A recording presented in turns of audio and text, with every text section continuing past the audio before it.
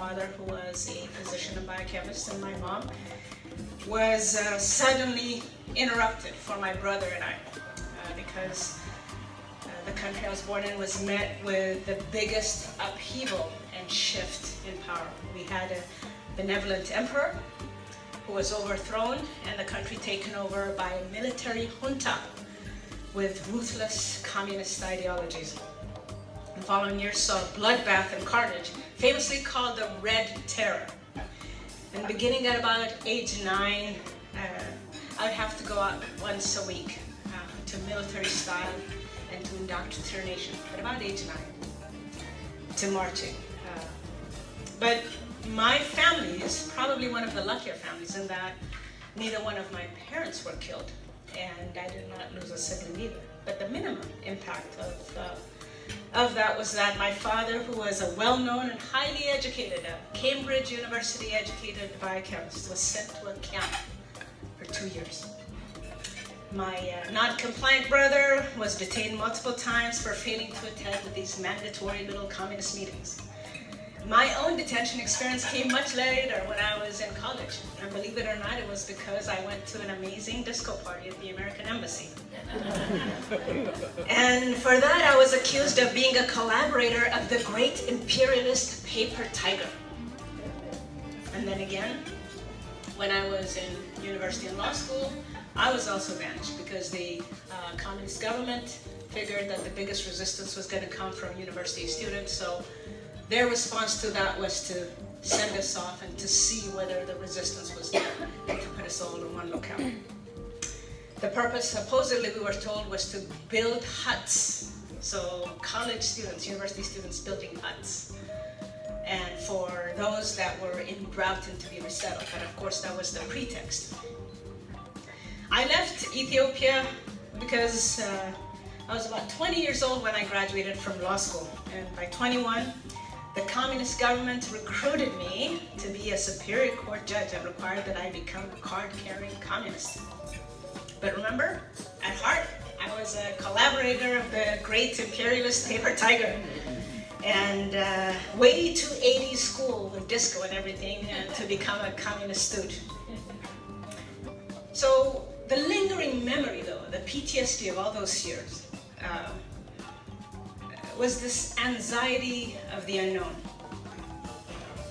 Not knowing how a 9-year-old girl would interpret news that happens. Because one day the news was that 60 of the country's cabinet were executed summarily. Another day was you could no longer own your own house. And another day was when my father was sent to a camp. Another day was, coming home to like a big sign emblazoned which says "Down with imperialism," and that we were identified as imperialists all of a sudden. Another day was the announcement of the Red Terror. Another day was a special force of armed soldiers could come house to house to search and terrorize you. And this went on for years. And at that age, you don't understand fully. You just feel this sense of overwhelming helplessness. And it's not something your parents that are supposed to can fix. They can't change it. I remember my mom just watching us helplessly at 3 a.m. in the morning. That was when my dad was away at camp, when my brother and I would go out for the mandatory style military training and indoctrination. Just standing there because it was curfew and she could not accompany us because from midnight to 5 a.m. it's curfew. This is 3 a.m. So she would just stand by the gate to watch us as we were led to marches. So fast forward to November 8, 2016. I walked into my office the next day, and you guys remember we had an Aila social mixer, our chapter mixer that day. And like many of you, because we shared on that day, I cried. We cried, we all cried. Because every file drawer that I have represents hopes, wishes, desires, and hard work of my clients, many of whom were fleeing repression and betrayal in their own countries. Through them, the feeling of that 9-year-old who was helpless in the face of all the uncertainty gripped me. And you guys remember that I actually took a couple of weeks off because I needed to recalibrate and so on. So, In the barrage of terrorizing executive orders, threats of ICE raids, all the uncertainty news that has gripped the immigrant community in much the same way, it just felt a little bit of that PTSD we're living through. But this time, things are different because we get to play heroes. We get to be the ones that deploy and rotate qualified and dedicated lawyers to the airports. We did that. Our chapter did that. Let's give a clap for that. Come on, you know. We did that. We had Know Your Rights and Sanctuary meetings. Richard, all those people, everybody active. We had those going to Dili, fighting family detention. We had rapid response teams with Shri and Richard and I kind of set up. We went to family detention centers before hearings, interviews. You know what, guys? It was now officially sexy to be an immigration lawyer.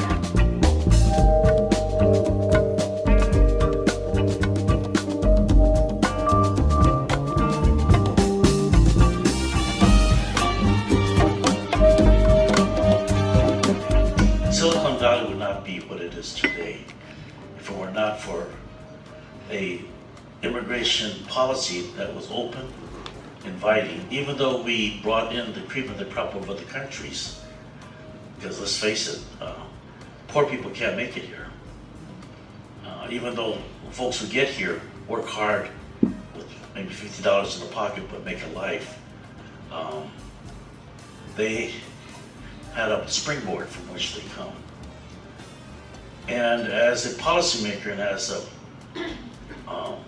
farm boy, I can't understand the people's attitudes about our immigrants who are coming from the south of the border.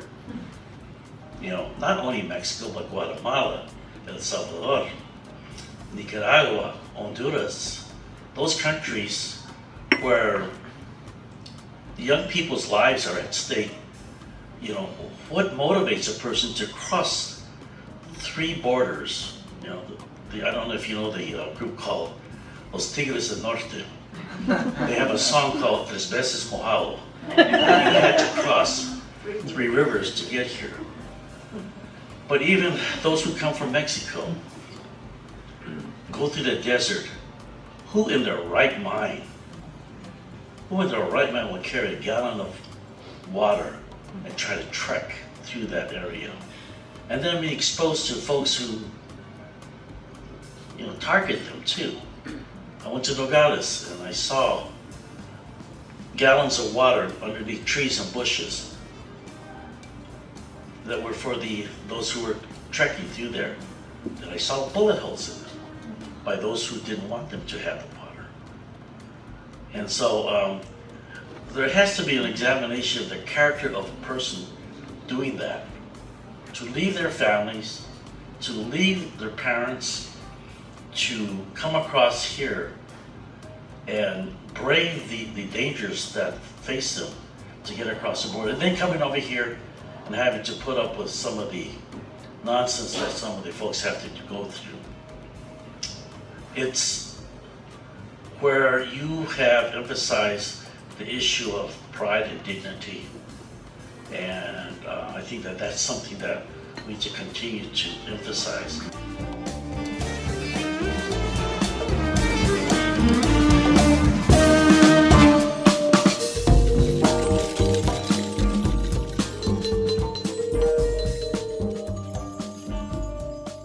I want to really thank you, not so much for this honor, but for who you are and what you do. I am not an immigration lawyer, but I really admire everything that you are. We just celebrated the Christian feast of Easter and the Jewish Seder. So the Seder is a celebration of the Israelites fleeing from Egypt. So the Seder is a celebration of freedom. And the Israelites were refugees. And I see Aila is in resonance with the plight of refugees, of dispelling the fear, the uncertainty, the things that Yemi talked about in her journey. So I feel honored and privileged to be in Aila and be able to participate in that mission. Lastly, here in America we believe in the rule of law. And the rule of law really doesn't mean anything unless there are people who know the law, who can explain it, who can help people understand it.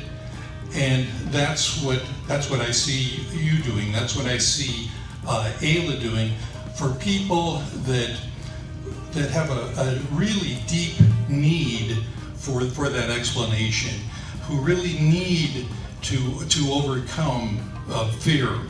So thank you so much for allowing me to be among you.